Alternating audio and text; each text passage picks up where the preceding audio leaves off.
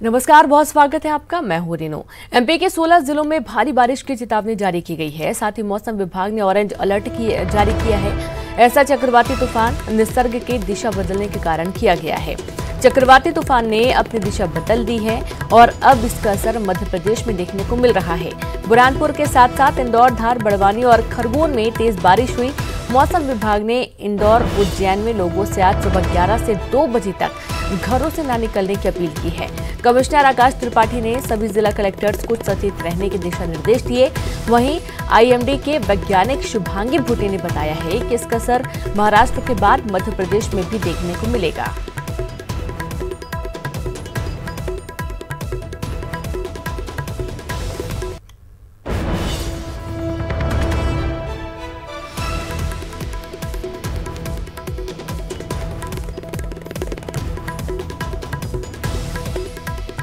तो बड़ी खबर आपको दे रहे हैं, जहां प्रदेश में मौसम विभाग ने ऑरेंज अलर्ट जारी किया है।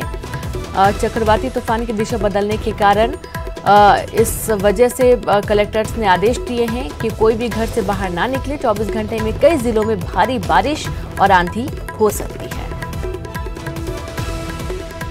सहयोगी रंजना जुड़ गई हैं। रंजना, अगले 24 घंटे में भारी बारिश होने की चेतावनी जारी की गई है। ऑरेंज अलर्ट जारी किया गया निसर्ग तूफान की दिशा बदलने की वजह से। कौन कौन से क्षेत्र प्रभावित होंगे इससे, और साथ ही क्या तैयारी?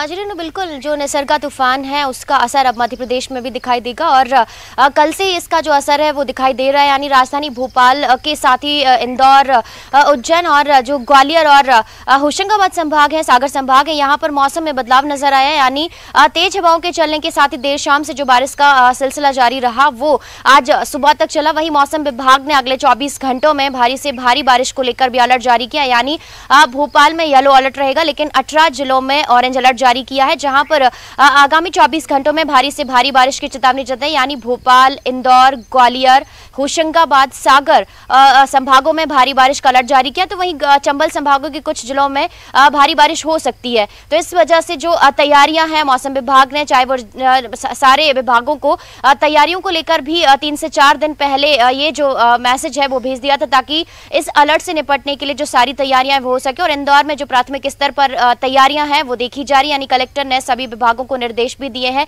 कि अगर जिस तरह से कोरोना महामारी का अभी दौर चल रहा है, इससे निपटने के साथ ही अगर चक्रवाती तूफान से किसी भी तरह की आपात स्थितियां बनती हैं तो इससे निपटने के लिए अधिकारियों को पूरी तरह से सजग रहना होगा और अपनी सारी तैयारियां युद्ध स्तर पर तैयार करनी होगी। रीनू जी बिल्कुल, शुक्रिया रंजना तमाम जानकारी के लिए।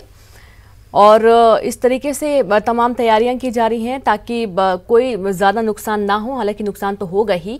वहीं रीवा की बात करेंगे। रीवा की मऊगंज नगर परिषद में पदस्थ नवीन नगर पालिका अधिकारी के.एन. सिंह की अभद्रता सामने आई है। के.एन. सिंह ने नगर परिषद के मुख्य चौराहे पर खड़े होकर लोगों के साथ अभद्रता की और आने जाने वाले लोगों की बिना किसी वजह की पिटाई की, जिसके बाद लोगों ने उन पर शराब के नशे में चूर होने का आरोप लगाया है।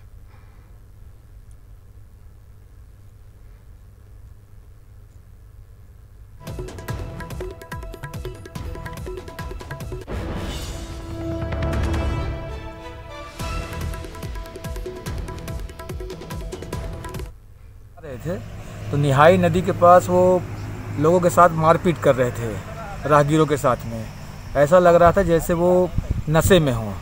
वो बोलेरो गाड़ी से थे, 5-6 लोग थे गाड़ी में। रतलाम में हिंदू संगठन की कार्यकर्ता को गोली मारकर हत्या की कोशिश की गई। घायल कार्यकर्ता को इंदौर रेफर किया गया। घटना शास्त्री नगर की है, जहां अपनी दुकान के पास बैठे रमेश सिंधी को 3 युवक गोली मारकर भाग निकले। प्रत्यक्षदर्शी के अनुसार शराब के रुपए नहीं देने पर यहां हमला किया गया है। सूचना मिलने पर पुलिस ने मौके पर पहुंचकर घेराबंदी कर तीनों आरोपियों को हिरासत में ले लिया है। स्टेशन रोड थाना पुलिस पुरानी रंजिश और दूसरे एंगल से भी मामले की जांच कर रही है। पुलिस आसपास लगे सीसीटीवी के फुटेज भी खंगाल रही है। ऑफिस के बाहर थे हम, वहाँ पर बातचीत कर रहे थे। रमेश जी हमारे वहीं खड़े हुए थे। 3 लड़के आए गाड़ी पे, बोले रमेश जी हमको दारू पिलवाओ। दारू पीनी, हमको दारू पीने के लिए आए हम आपके पास में। ऐसा बात कर रहे थे। रमेश जी ने मना कर दिया, बोले पैसे से है नहीं, कहाँ दारू पिलवा तुमको। रमेश जी ऐसा बोलकर नाई की दुकान में चले गए। जाके कुर्सी पे बैठे हुए थे। कुर्सी बैठे थे, वो लड़का पहले ऑफिस में गया, उसने पानी पिया, वापस बाहर आया तो फिर रमेश जी के पास में गया अंदर नाई की दुकान में, और रमेश जी कुर्सी पर बैठे थे नाई की, उसी समय कुर्सी पे गोली मार के तो भाग गया। आरोपी जो हैं, मुख्य आरोपी हैं, उनने इनको साइड से गोली मारी है। आरोपी का नाम क्लियर हो गया है और उसके साथ में 2 लोग और थे, जिस गाड़ी से वो आए थे वो भी क्लियर हो गए। थोड़ी देर में हम अभी घटना का कारण और मुख्य उद्देश्य क्या था मारने का, ये आरोपी के मिलते ही हम इसको आप लोगों को शेयर करेंगे। इंदौर में 36 नए कोरोना मरीज सामने आए हैं। कोरोना मरीजों की संख्या अब 3633 हो गई है। कुल एक्टिव मामलों की संख्या यहां पर 1304 है। एक दिन में ठीक हुए 52 मरीज, तो कुल 2184 लोग स्वस्थ हो चुके हैं। 145 लोगों की मौत हो चुकी है।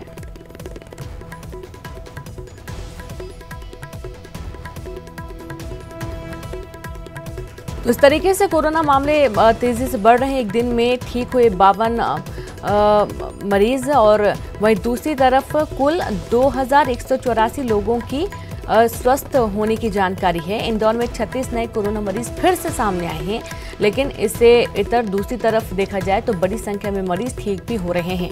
कुल संख्या 3633 है। तो पिछले 24 घंटे में कोरोना के 45 नए मामले सामने आए। जबलपुर में 3 मामले हैं, बुरहानपुर में 1 मामला, रतलाम में 1 मामला सामने आया है, तो वहीं डिंडोरी में भी 1, नरसिंहपुर में 3, इंदौर में 36 नए मामले सामने आए हैं। एमपी में अब तक 8705 कोरोना के केस देखे गए हैं, जिनमें से 5516 हुए स्वस्थ, 367 की मौत हुई है। इंदौर में 3633 पॉजिटिव केस देखने को मिले हैं। उज्जैन में 686 पॉजिटिव मामले सामने आए हैं। जबलपुर में 263 कोरोना पॉजिटिव मामले सामने आए हैं।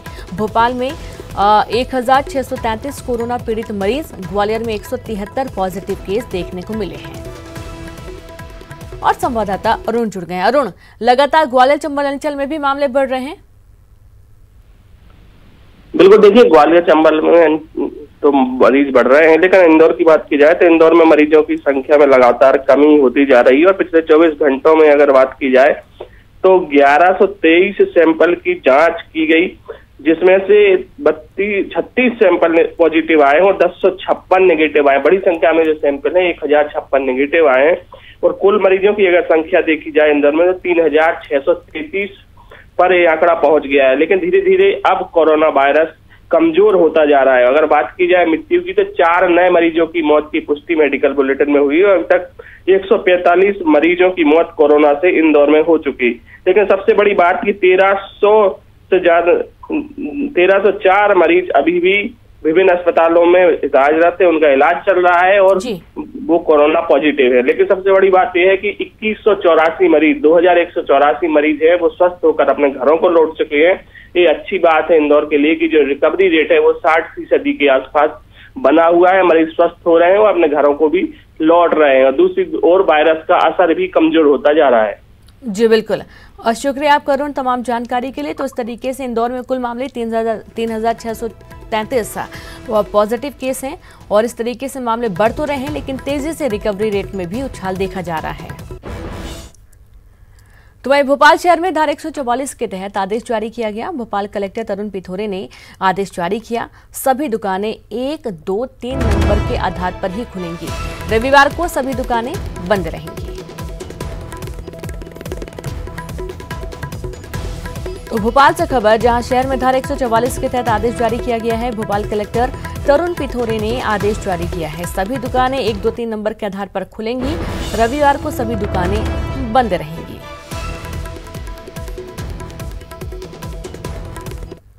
नंबर रहेंगे 1, 2, 3। क्योंकि 33% दुकानें अलाउ हैं तो एक दिन में 1 खुलेगी, फिर दो दिन हफ्ते में 1 नंबर खुलेगा, 2 दिन हफ्ते में दूसरा नंबर खुलेगा और तीसरा नंबर शेष 2 दिनों में खुलेगा और 1 दिन ऑफ रहेगा। जबलपुर में 3 नए मरीज मिले। 6 साल की बच्ची भी कोरोना पॉजिटिव पाई गई है। कुल संक्रमितों की संख्या अब 263 हुई है। 197 नए मरीज सामने आए हैं। वहीं आपको बता दें कि 197 मरीज स्वस्थ हो चुके हैं। 10 कोरोना पीड़ित की मौत हो चुकी है। कोरोना के 56 एक्टिव मामले देखे जा रहे हैं।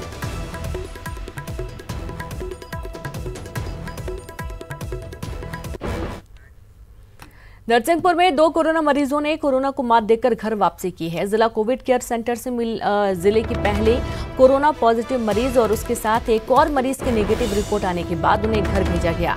इस दौरान जिला अस्पताल में पूर्व राज्य मंत्री और नरसिंहपुर विधायक जालम सिंह पटेल ने इन्हें माला पहनाकर घर भेजा और इस दौरान जिले के आला अधिकारी और स्वास्थ्य विभाग के कर्मचारी भी मौजूद रहे, जिन्होंने पुष्प वर्षा कर इन मरीजों की हौसला अफजाई की।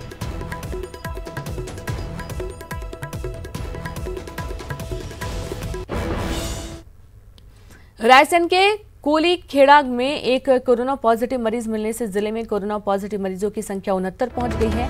65 मरीज स्वस्थ होकर घर लौट चुके हैं, जबकि 3 की मौत हो चुकी है। एक मरीज मिलने पर रायसेन ने संक्रमित मरीज के घर को कंटेनमेंट जोन घोषित किया है। ये पॉजिटिव मरीज भोपाल के भानपुर में काम करता था और वहीं इसका सैंपल लेते हुए जांच के लिए भेजा गया था। आसपास के लोगों का भी स्वास्थ्य परीक्षण किया जा रहा है।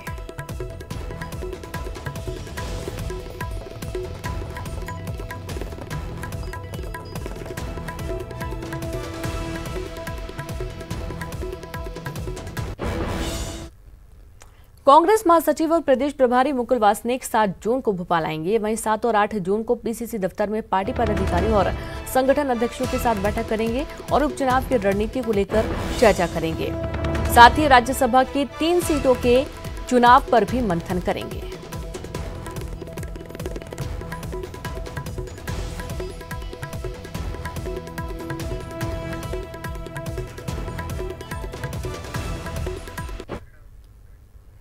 पूर्व मुख्यमंत्री कमलनाथ का एक वीडियो सामने आया है, जिसमें वो शायराना अंदाज में बोलते हुए नजर आ रहे हैं कि तुम मुझे कब तक रोकोगे। सोशल मीडिया पर अब कमलनाथ का ये धमाकेदार वीडियो खूब वायरल हो रहा है। ये वीडियो कमलनाथ की PR एजेंसी ने जारी किया है। और अब क्योंकि मेरी सरकार नहीं रहा है और मैं कहूं कि मैं कम समय दूंगा, अब तो मैं और ज्यादा समय दूंगा। मैं पत्थर पर लिखी इबारत हूं, शीशे से कब तक तोड़ोगे। मिटने वाला मैं नाम नहीं, तुम मुझको कब तक रोकोगे। इस जग में जितने जुल्म नहीं, उतने सहने की ताकत है। तानों के भी शोर में रहकर सच कहने की आदत है। मैं सागर से भी गहरा हूं, मैं सागर से भी गहरा हूं। तुम कितने कंकड़ फेंकोगे, चुन चुन कर आगे बढ़ूंगा मैं। तुम मुझको कब तक रोकोगे, तुम मुझको कब तक रोकोगे। मेरा स्वप्न था, वो स्वप्न साकार करना चाहता हूँ। किसी न किसी तरह हम ये स्वप्न साकार करें, एक नया मध्य प्रदेश बनाएं। मध्य प्रदेश के उपचुनाव में चंबल के अलावा मालवा निमाड़ की 5 सीटों पर भी सियासी घमासान तय है। बीजेपी और कांग्रेस दोनों कोई कोरकसर नहीं रखना चाहती। क्या है बीजेपी और कांग्रेस कमीशन MN, इस रिपोर्ट में देखिए।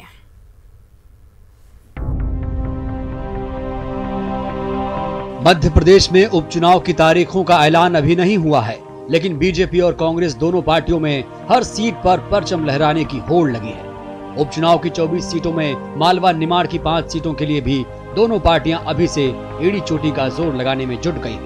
बताया जा रहा है कि बीजेपी संगठन ने मालवा निमाड़ की हाट पिपलिया, बदनावर, आगर, सांवेर, सुवासरा विधानसभा सीटों में रणनीति बनाने की जिम्मेदारी कैलाश विजयवर्गीय को सौंपी है। कैलाश विजयवर्गीय यहां स्थानीय नेताओं से बात कर चुनाव की रूपरेखा बनाने का काम करेंगे। साथ ही 5 विधानसभा सीटों पर बीजेपी के असंतुष्ट नेताओं को भी मनाने की जिम्मेदारी उन पर होगी। जिम्मेदारी दी गई है उपचुनाव में। वो हमारे राष्ट्रीय नेता हैं और पूरे प्रदेश को देखेंगे। वो जहाँ भी जरूरत होती है, पश्चिम बंगाल से लेकर मध्य प्रदेश तक बड़े नेता हैं हमारी पार्टी के।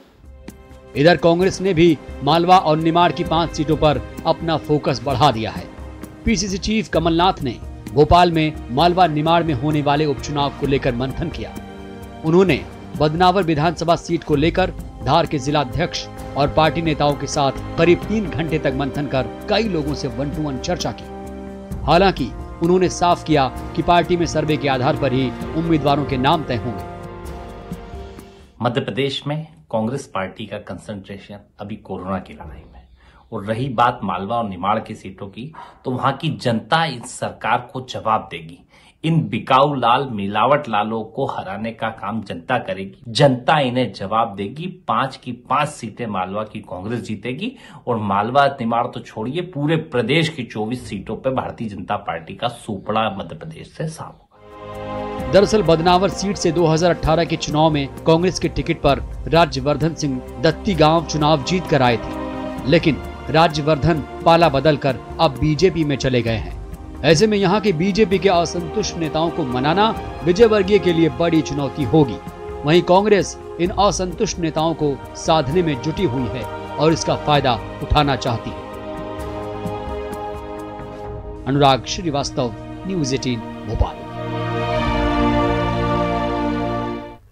यहाँ पर वक्त एक ब्रेक का है, हम जल्द हाजिर होंगे। ब्रेक के बाद एक बार फिर से आप सभी का स्वागत है। दमोह जिले के हटा जनपद में लापरवाही का मामला सामने आया है। दरअसल हटा जनपद की प्राथमिक शालाओं के बच्चों को उनके पोषण के लिए बांटे जाने वाला दूध पाउडर समय से नहीं बांटा गया और उसके एक्सपायर होने के बाद संबंधित शालाओं में बांटने के लिए आदेश जारी किया गया। यह आदेश हटा जनपद सीईओ द्वारा 8 मई को जारी किया गया, जबकि दूध पाउडर की एक्सपायरी डेट 6 अप्रैल और 17 अप्रैल की थी। गैसाबाद प्राथमिक शाला में स्वयं सहायता समूह का संचालन करने वाली रामकली ने दूध की एक्सपायरी डेट देखी और अपने क्षेत्र के बीआरसी को अवगत कराया। इसके बाद यह मामला सामने आया तो वहीं कलेक्टर ने इस पूरे मामले में जांच की बात कही है। ने जो बात उठाई है उसका हम एक बार परीक्षण करवा लेंगे कि कैसे उसका दूध का आदेश जारी हुआ, तो संभवतः उन्होंने नहीं देखा होगा, तो उस दूध को जिसको जो एक्सपायर हो चुका है उसको विनिष्टीकरण की कार्यवाही उसकी करवाएंगे और उसके बाद भविष्य में उनको निर्देशित करेंगे कि वो ध्यान रखें, जब भी वो आदेश जारी करें तो वो उसको सुनिश्चित कर लें। और इसके साथ ही एक बात और भी है कि जो वितरण जब हम एक्चुअल में उस दूध को यूज़ करेंगे तो उससे पहले सभी को निर्देश है कि वो देखें कि वो उसकी लास्ट अवधि क्या है, उसी के बाद ही उस दूध का उपयोग किया जाए। न्यूज़ 18 की खबर का बड़ा असर हुआ है। मंदसौर में करोड़ों रुपए की हेराफेरी करके सरकार को राजस्व का नुकसान पहुंचाने के आरोप में शासन ने जिला आबकारी अधिकारी ब्रजेंद्र कोरी का डिंडोरी स्थानांतरण कर दिया। कोरी पर आरोप है कि उन्होंने आबकारी टेंडर में 2 टेंडर होने के बावजूद एक ही व्यक्ति का टेंडर स्वीकृत कर लगभग 50 करोड़ का सरकार को नुकसान पहुंचाया। उसके बाद शराब की दुकानें खुलने के बाद ठेकेदारों से मिली भगत करके राजस्व जमा ही नहीं कराया। कलेक्टर मनोज पुष्प ने कोरी को तत्काल प्रभाव से कार्यमुक्त कर दिया है। जिला आबकारी अधिकारी की अगर कोई संदिग्ध भूमिका आएगी तो क्या कार्रवाई करेंगे? जैसी भूमिका आएगी उसी प्रकार कार्रवाई होगी, इसमें कोई संदेह नहीं है। आपने लग्जरी कारों से अफसरों को आते जाते अक्सर देखा होगा, लेकिन छतरपुर कलेक्टर और जिला पंचायत सीईओ जब बाइक पर सवार होकर कहीं पहुंचे तो लोगों का अचरज में पड़ना स्वाभाविक था। तस्वीरें छतरपुर के बक्सवाहा के निपानिया गांव की हैं, जहां चल रहे मनरेगा के कामों का निरीक्षण करने कलेक्टर शैलेंद्र सिंह और जिला सीईओ हिमांशु चंद्र बाइक पर सवार होकर पहुंचे। उन्होंने ग्रामीणों से उनकी समस्याएं जानी तो वहीं मुख्य सड़क को गांव से जोड़ने के भी आदेश दिए गए। अधिकारियों के इस तरह बाइक पर सवार होकर निरीक्षण करने को ग्रामीणों ने जमकर सराहा।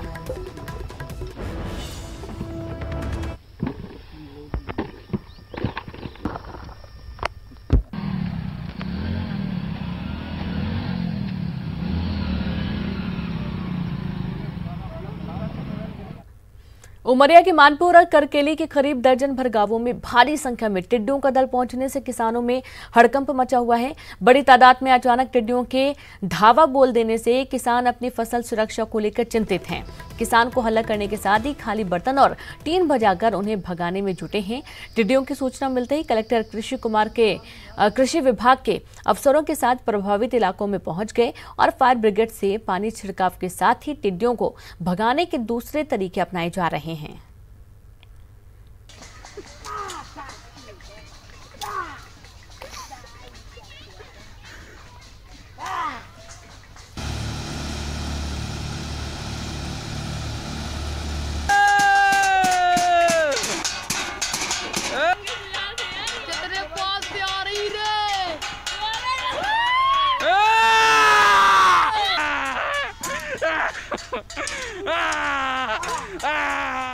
बुरहानपुर की सबसे प्रमुख केला फसल पर इन दिनों दोहरी मार पड़ी है। लॉकडाउन के चलते केले की मांग न होने से केला मंडी में केवल 200 रुपए लेकर 300 रुपए प्रति क्विंटल के भाव में बिक रहा है।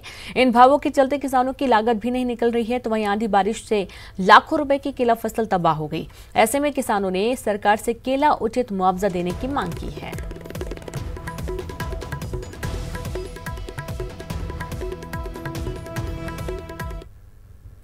बुरहानपुर में बीजेपी नेता के दौरे के दौरान सोशल डिस्टेंसिंग की जमकर धज्जियां उड़ाई गईं। दरअसल बीजेपी जिलाध्यक्ष मनोज लदवे आंधी में चौपट हुए केले की फसल को देखने आए थे और इस दौरान नेता और कार्यकर्ताओं की भारी भीड़ जमा हो गई। इस दौरान बीजेपी के कई नेता और कार्यकर्ता बिना मास्क के दिखाई दिए और मामले पर भाजपा जिला अध्यक्ष मनोज लदवे ने सफाई देते हुए कहा कि अभी हमारे कार्यकर्ताओं को मास्क पहनने की आदत नहीं है। जबकि बुरहानपुर में कोरोना के 316 मरीज सामने आने के बाद कलेक्टर प्रवीण सिंह ने सार्वजनिक स्थान पर मास्क नहीं पहनने पर 100 रुपए जुर्माना तय किया है।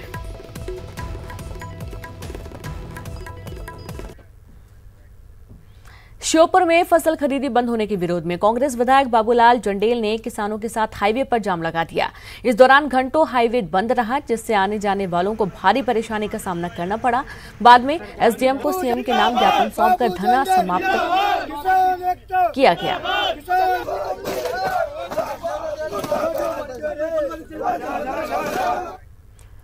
और इसी के साथ इस बुलेटिन में इतना ही। नमस्कार।